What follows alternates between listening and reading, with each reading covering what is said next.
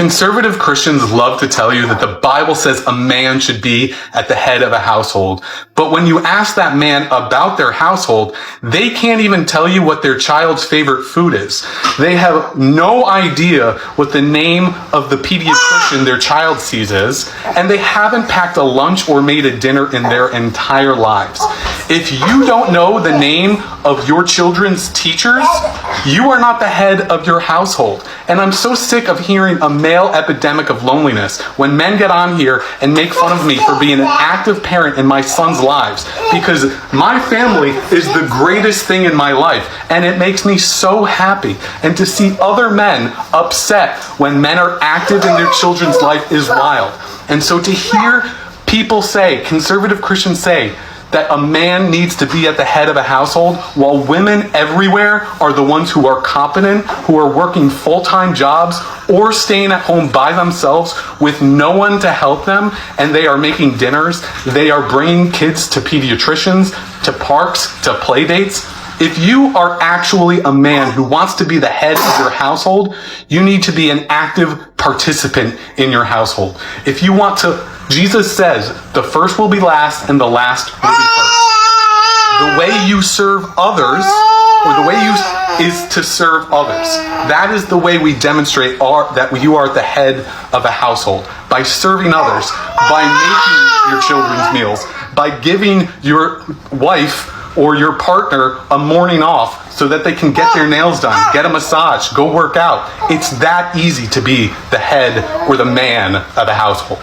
The Bible says men are the head of the family. What does it mean to be the head of the family? It means you are the leader. The same Bible says for you to be a good leader, you need to serve. You need to be serving the people you're leading. You don't lead from the top. You lead from the bottom, doing things and getting things done. They used Jesus Christ as an example. In the Bible, they said Jesus Christ came to serve his people, and that made him a good leader. But that is not what we see in most Christian homes. The men in those homes expect their women to serve them, but they are very happy answering the head of the family, the leader of this family. They love the title, but they don't love the work that comes with it. Some Christian men and pastors are filled with eye service. They are after being praised, being noticed, being acknowledged, being exalted. Standing on that pulpit differentiates you from the audience. It means you have authority. They love things like that. In that scenario, they're happy to be a leader and claim they are serving because they are preaching to the people. That is just you gaining popularity. They love that. Where they need the true service is at home. They don't serve at home. They love to be served. More than 50% of women married to pastors are suffering. A lot of pastors are badly behaved. It's either you're cheating, or they're beating the women, or they're not assisting at home at all. Most of them marry their church and they pay more attention to their congregation, the church, and they neglect their family. You cannot convince me that women are okay. Y'all are either having a period, either pregnant, or either going through like a few days of like, oh, I can do this. And then you have to work a job, and then you have to deal with men who suck ass. Then you have to deal with children who can be so annoying and inconsiderate and mean. And then you have to deal with the pay inequalities, just being black sometimes, or being Hispanic, or oh God. How women are not okay. They're not. Women are not okay. My heart goes out to you because how are y'all doing this shit? You want to know how I know that religion is a tool used by the oppressors? Because everything that they promise you that you'll get after living a good life, and you enter those gates of heaven and all of your wishes are granted, your mansion, your health, your peace, your leisure, those are all things that the rich and powerful get to enjoy here on earth. So they've just convinced you, instead of rising up and demanding your fair share of the stuff that you've earned and worked for, if you just be good and wait for it, you'll get yours in heaven, baby.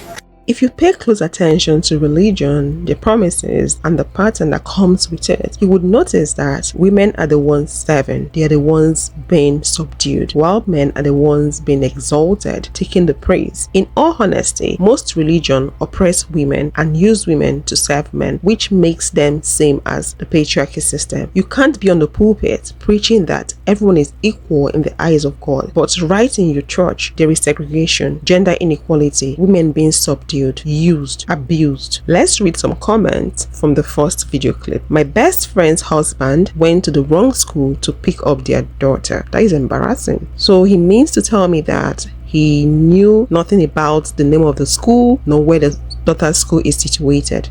What's the king's purpose? Serve and protect. I'll never forget that one guy on that TLC show asked if his son wanted a PB&J for lunch, and his son full on paused and looked at him with disappointment. The son was allergic to peanuts. How do you call yourself the head of the family without having basic knowledge of the people you're leading? The woman is definitely the head of the house. See, when the mother dies, the home eventually ceases to be homely, or rather a home, unless the father remarries. When a father dies, the home still remains a home. I see a whole lot of sense in what she said, a lot of truth in what she said. A woman makes a home. A woman is the glue that binds the family together. Once she ceases to exist in that household, that glue falls off and the family scatters. Men struggle to put family unit together. Men struggle to hold the home together. Bringing family unit together is different from binding them and putting them together. Men are not good at doing that. It's not like only a woman can do that, but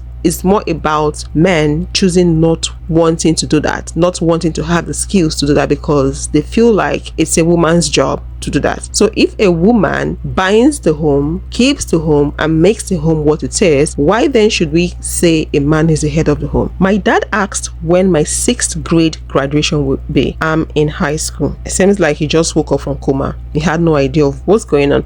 I don't know what their living situation is. I don't know if they are separated, if the man is separated or the man is divorced. Regardless, you should know what is going on in your son's life or your child's life. If you claim to be the head of the family, you don't even need to be present there to know what is going on. You need to ask questions, talk to your children, talk to your wife, ask them how they're faring, know what is going on. A lot of men don't know. They don't care. They don't even want to know. Some men don't know the schools their children attend. They have no idea of what their grades are like. They don't know their friends. They have no idea of allergies, health conditions, hospital appointment. They know nada. But when it comes to claiming the head of a family, you will see them in front of the line beating their chest and claiming that. Patriarchy hurts everyone, including the men, because the system is also using men. Some men think the system is there for them. No, the system is owned and built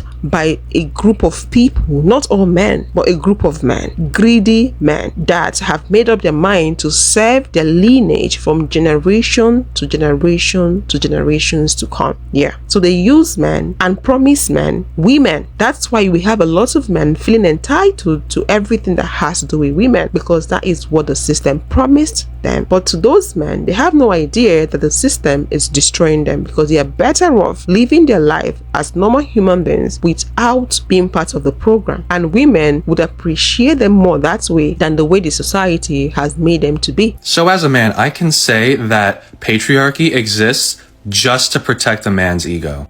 I'll give you a lot of examples and show you what it's like in the male brain, if you really want to know. And ultimately, it boils down to these two things. Men are very territorial, and men are dopamine pleasure seekers.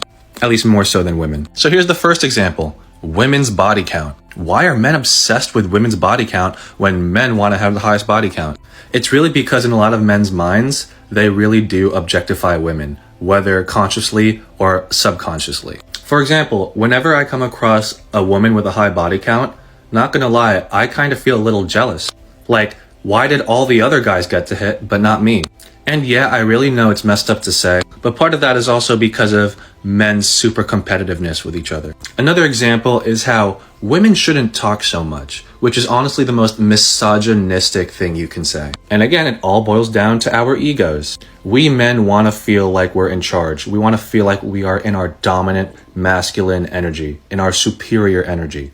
Yeah, it's very toxic. So whenever a woman keeps talking, especially because women tend to talk more emotionally while men tend to talk more logically, unless it's anger. For a lot of us, it really does feel like a punch to our egos. That's why, unfortunately, in a lot of patriarchal cultures that are still existent today, wife beating is sadly very normalized. And in those cultures like China, India, Pakistan, Japan, Korea, and of course Russia, the man is never blamed for beating his wife. It's always the woman that's blamed for upsetting the man. So whenever the woman says, "Oh, my husband just beat me," people will tell her, "What did you do to piss off your husband?"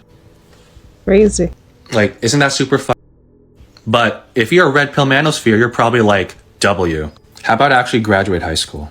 But anyways, here's the third example. Modesty. For a similar reason to the body count thing I mentioned earlier. And it also has to do with projection. So of course, women, if y'all are feeling yourself and y'all are embracing your sexuality and you wear something really hot, obviously it's going to turn your man on. And because it does that, your man is going to project and think, oh, all the other guys are going to go after you now. And because, like I mentioned at the beginning, that men are territorial, we see that as a threat, like a thief is about to steal our house. That's why it's called modesty, instead of showing off how hot you are, even though men do that all the time. And this is exactly why a lot of Gen Z men fall for the manosphere and red pill content, because they see feminism as a loss of control. They want to go back to the good old days where women were actually property and they only served two purposes: pleasing a man and children. And to the red pill manosphere bros, they're like, how come I have to do so much work now? Why are women so difficult? Why do they have high standards? Why can't I just tell a woman what to do? Why can't I just, do whatever I want to a woman anymore? What happened? So if you are a woman watching this, which I have a feeling that this is going to be on the manosphere side of TikTok, unfortunately, like all my videos are, I'm so sorry that you had to hear about what a man actually thinks. This is why we need feminism. And I don't care if y'all call me a traitor to my gender, okay? I see what the patriarchy does in countries like India, Russia, China, Korea, okay? I would rather not have any more wife beatings. I think that's a good idea. I don't know why people support wife beating. Like, yes, I can understand the plight of red pill men, obviously. Like, I don't get women, so I could completely understand.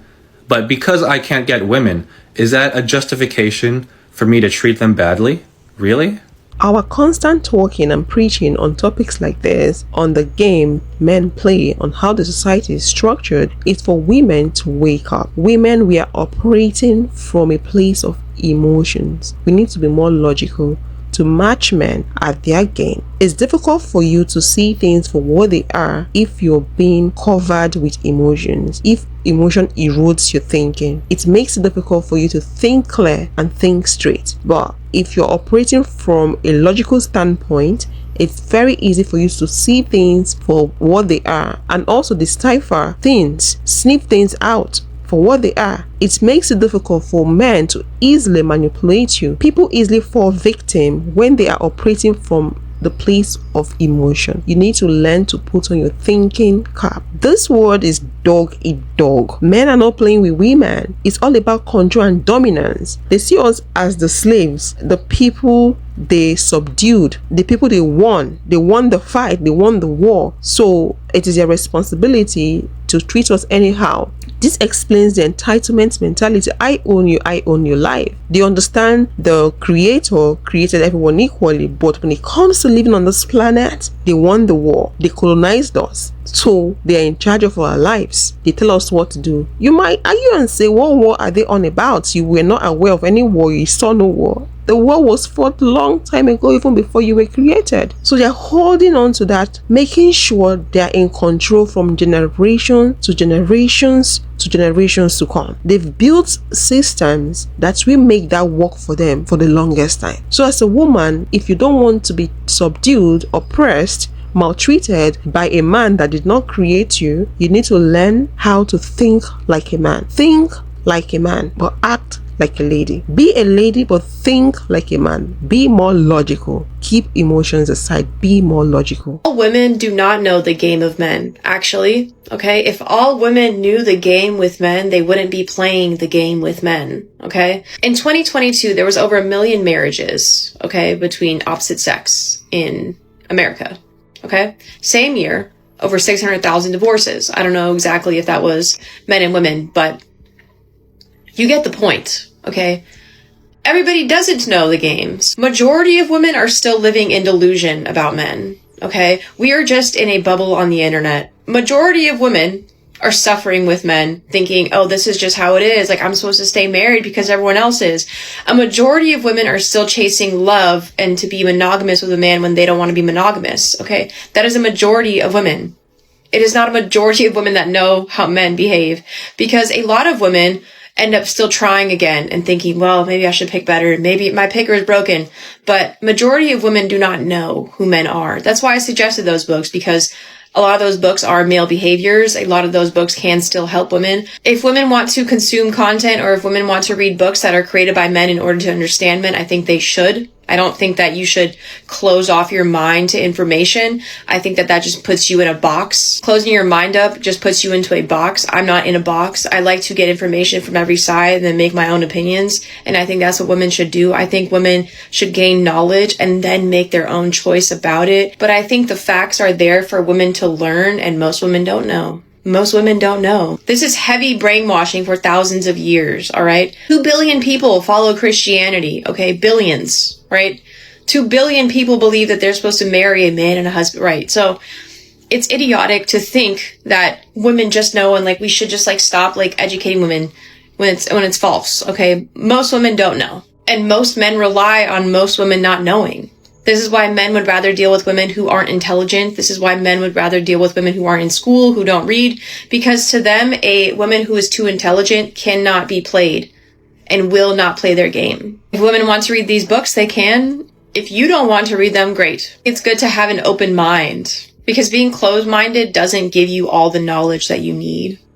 She's right. Men don't want to be with women who are too smart. People often say if you're too smart, that will be a problem for your husband. Men love naive women, because when a woman is not aware of the game men are up to, of how men are, it makes it so easy for them to manipulate those women. Men love violence. They love violence. And if you look around in the world, you would see what's going on. They love war. They love dominating. That is their nature. Dominance. They are territorial. They love being in charge, in control of what is not theirs. They want to be in control of their lives and the lives of others. They love to capture people, put people in bondage, in captivity. We see that all the time. Countries fighting wars, wanting to take over, colonization, the same way it is with men and women. So to men, they conquered women long time ago, and they are doing everything, fighting tooth and nail to make sure they maintain that stance. They don't let go. They have to keep dominating women. Women, we need to understand what is going on. It's not about whether a man is a good man or a bad man. It's about the teachings, his beliefs. Is he part of this patriarchy programming? Majority of men are part of it. That is where the problem is. A man might want to be a good person from birth. At the end of the day, he might end up being a bad person because of the teachings, because the system has made him believe that is how life is supposed to be. You are a man, you have to act this way. This is how men are supposed to be. That is where the problem is. And this explains why you often hear women say all men are the same. It's like they act from the same playbook. All men are the same. They think alike, they reason alike, they view women alike, they treat us the same. They have the same belief about women. So the purpose of all these videos is for us to be in the know, understand what's going on, throw away the whole fantasy thinking. If you find a man that is not part of the system, a man that is humane, a man that has humanity in him, then you can be talking about a different story. But for now, until then, the story should be men are like this, most men are like this. Be careful. Wrap up your emotional box, lock it up, and operate from a place of logic. That will help you a lot and prevent prevent you from stressing out. Please let me know your thoughts in the comment section, and if you'd love to watch more videos like this, click this video to watch men blame women for their singlehood and for them being lustful, and I will see you all in the next one. Thanks for watching.